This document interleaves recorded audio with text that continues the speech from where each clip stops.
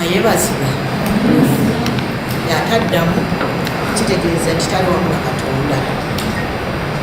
Nze bwekulembeza kubanga buli byonna yabitegeka ate era yamanyi ekituufu n'ekikyamu. Ate ye yalonda, tuyinza okulonda naye nga mutuufu tulonze empewo. Mbaaniriza bali mu kyalo. Mutabani wange yantise obuvunaanyizibwa buno kate nange siyinza kumusuulirira.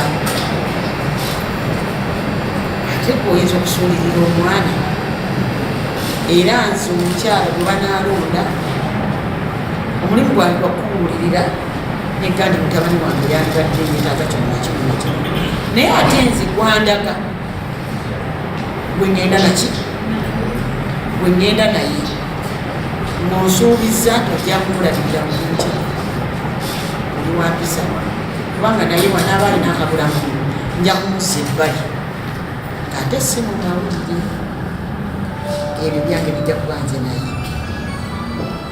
olwekyo akanaaba kabulamu kajja kuba kamuutuka.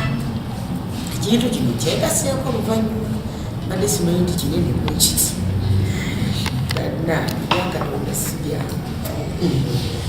Kale Katonda atusaasire ekiva ebulungi nga bwe kyateekateekebwa.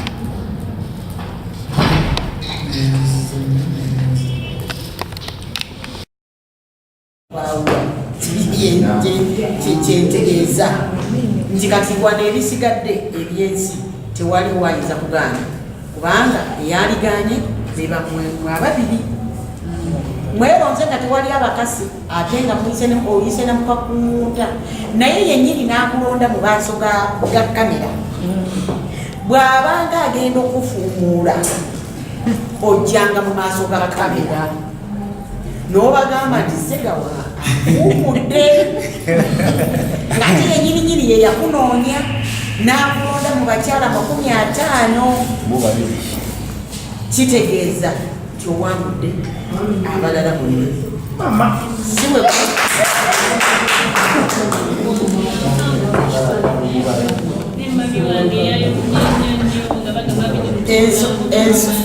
ensonga yiino mugiwulire mu baba mawulire.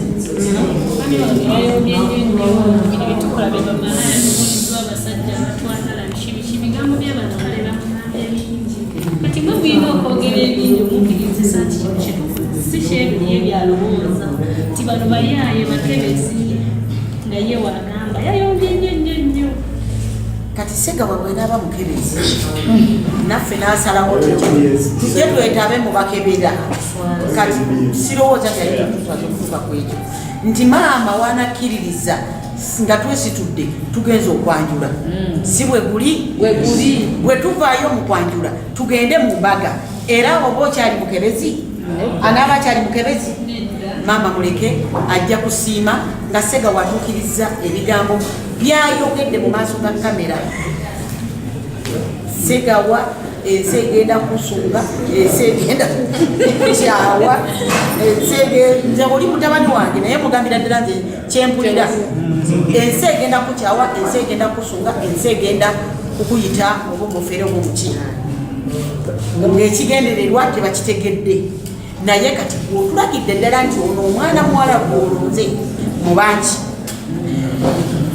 Mwami Kaggwa nkusaba prosesi eno erina okutambula nga bweteekwa okutambula tuleme kuswala mpaka ku mbaga era babeerewo wakati nze maama nanduja buli muntu agayini banna agenze mu bintu bino ebintu omuntu ayinza okuba tabitegeera aba yes buli muntu yenna amanyi oba olina kyoyagala okukola mu maaso olina kiki alina kabala kakati kabala twagala akabale bulungi ate tayinza kukabala oli Mwami Kaggwa tayinza kukkiriza kukabala ng'akabalira muye kampuni ejja kale Ssegawa kabadde abala kekano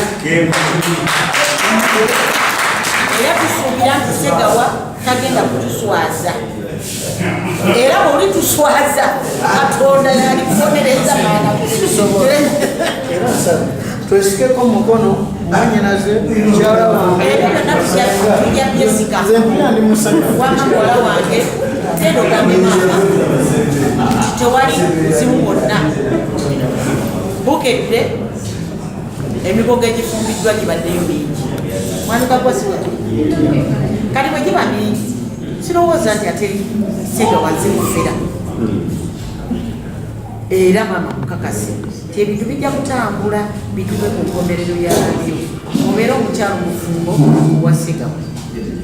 Nze kyenkugamba ozze ng'omanyi Segawa omulimu gwako gwa buyimbi era byonna weebase n'obitegereza n'omanya nti omuntu gwe ŋŋendako alabwa abantu bangi ate era bangi abamwagala kati byonna ovuddeyo ng'obigumiikiriza naawe ojja kuswaliramu ng'otugamba ti bannange Segawa ate abakazi bangi ate biki byonna obigumidde